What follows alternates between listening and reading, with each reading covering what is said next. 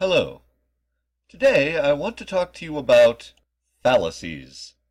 We can think of fallacy, that's the singular form, as a kind of bad argument or a trick that a writer can play on a reader to get unjustified agreement. Writers have been playing tricks like these for literally thousands of years, so we've seen some categories that they've fallen into. There are many fallacies, and in this lecture, I'd like to introduce you to 3 of them so that you can recognize them in what you read and avoid them in what you write. Probably the most popular fallacy is called the bandwagon. Historically, a bandwagon is a big cart that supporters of a team or cause get on to show their support. Think about the celebration in a big city when its football or baseball team wins a championship. The players, as you may have seen, get to ride in a bandwagon. As a fallacy, the bandwagon says, if enough people believe it, it must be true. For example, if I tell you that you should become a vegetarian because everyone else is becoming a vegetarian, then I'm inviting you to agree with my position only because it's popular. I'm not telling you why being a vegetarian is a good thing. I'm only trying to imply that a lot of people believe it, so it must be good. I'm trying to get you to become part of the crowd on the bandwagon.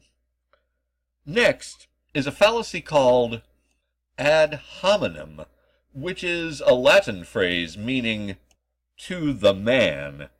It's a method of counter-argument where a writer addresses an issue less than he or she addresses the character of the person arguing the opposing side of that issue.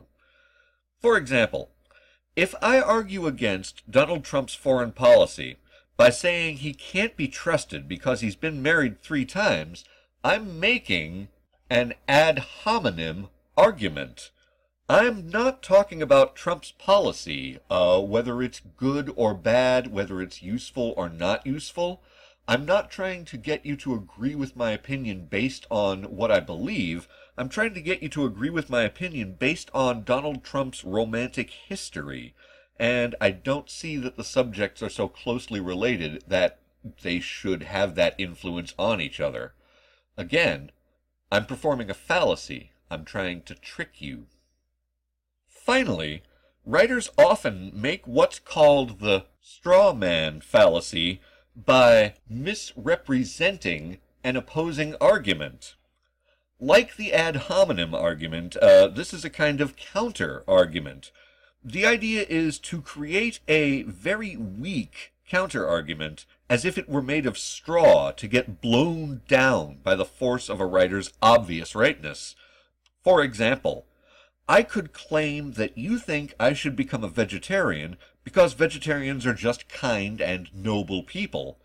That is a silly argument that I could refute pretty easily by pointing out that Hitler was a vegetarian, and we don't think of Hitler as being all that kind or noble. However, you're not making that argument. I'm making it in your name, and I'm making it stupid on purpose so that my argument looks better. I have made a straw man instead of arguing my position fairly. Instead of my being right, my argument is that you're wrong, so I win. Notice that this really seems like a kind of cheating. So as you do more reading and writing, because humans act the way they do, you will more than likely see more fallacies. Indeed, in future classes, you'll study them in more detail because they are so common and easy to fall into and be fooled by.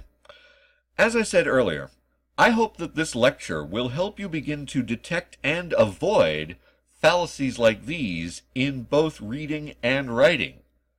As always, thank you for your time and attention.